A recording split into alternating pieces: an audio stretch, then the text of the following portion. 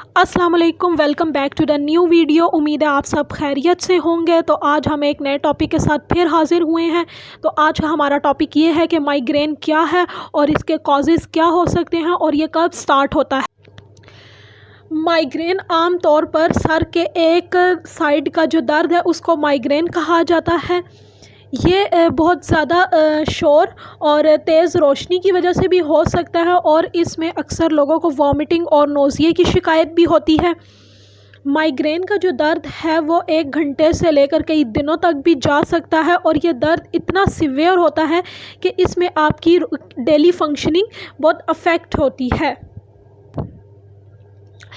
इसकी अगर सिम्टम्स की बात की जाए तो माइग्रेन जो है वो चाइल्डहुड, एडोलेसेंस और अर्ली अडल्टहुड में ये स्टार्ट होता है और इसके 4 स्टेजेस हैं: प्रोड्रोम, ओरा, अटैक एंड पोस्टड्रोम। ये इसकी 4 स्टेजेस हैं और ज़रूरी नहीं है कि हर इंसान इन 4 स्टेजेस से ही होकर गुज़रे। तो इसकी पहली स्टेज जो है वो है प्रोड्रोम।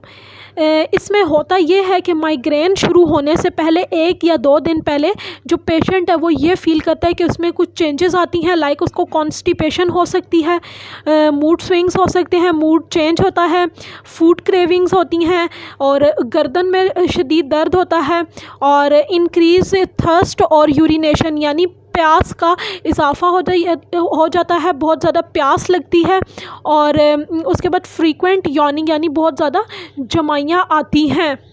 सेकंड स्टेज जो आ जाती है वो है ओरा। ओरा जो है इसमें विजुअल डिस्टर्बेंस शामिल है। इसमें बसारत से रिलेटेड मुश्किलात पेश आ सकती हैं, जैसे मुख्तलिफ़ किस्म की शेप्स नज़र आना, ब्राइट स्पॉट्स नज़र आना और फ्लैशेस ऑफ लाइट्स वगैरह नज़र आना, विज़न लॉस हो जाना। और एक और सिम्टम इसमें ये आता है कि बाजू और टांगों में सुइयों का चुभना महसूस होता है, फेस में और बॉडी के एक साइड पे वीकनेस फील होती है, बोलने में मुश्किल पेश आती है और ऐसे झटके लगते हैं कि उस चीज़ को बंदा कंट्रोल नहीं कर पाता। थर्ड स्टेज जो है वो है अटैक। अगर माइग्रेन को ट्रीट ना किया जाए तो ये 4 आवर्स से लेकर 72 आवर्स तक हो सकता है और हर शख्स में इसकी जो शिद्दत है वो मुख्तलिफ होती है।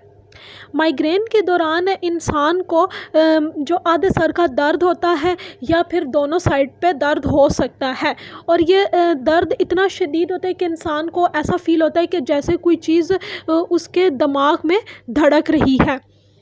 उसके बाद नोज़िया और वॉमिटिंग हो सकती है।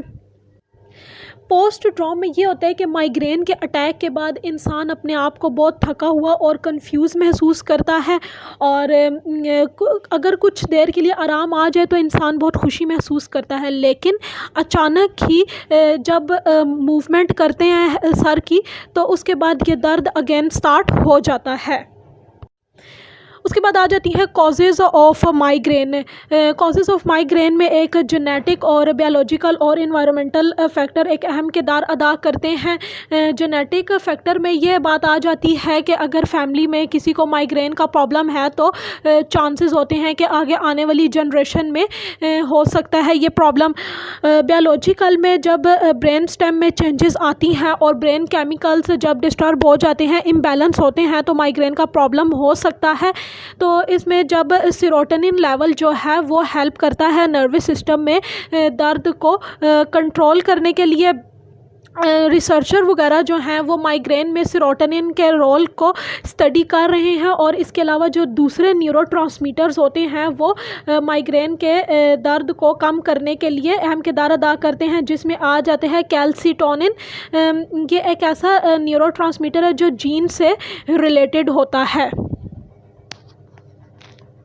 उसके बाद आ जाती हैं ट्रिगर्स ऑफ माइग्रेन, यानी ऐसे कौन से स्टेप्स हैं जो माइग्रेन की वजह बनते हैं। तो सबसे पहला जो स्टेप आता है वो हार्मोनल चेंजेस इन वुमेन आ जाता है, जिसमें एस्ट्रोजन में जब फ्लक्चुएशन हो जाती है या पीरियड से पहले या प्रेगनेंसी में मेनोपॉज के दौरान बहुत सी ख़वातीन को माइग्रेन का प्रॉब्लम हो सकता है।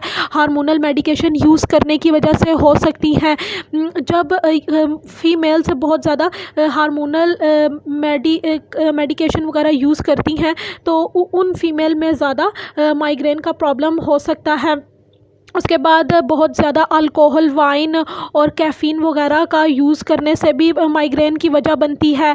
काम का बहुत ज़्यादा स्ट्रेस लेना माइग्रेन की वजह बन सकती है।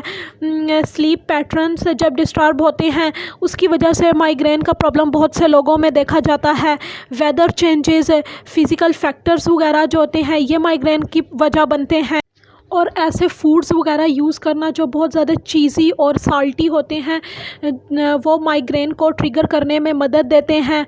और ऐसे खाने जिनमें स्वीटर, एपास्ट्रेम और मोनोसोडियम ग्लूमेट होता है, ऐसे ये बहुत से खानों में यूज़ होता है और ये भी माइग्रेन बढ़ने में मदद देता है।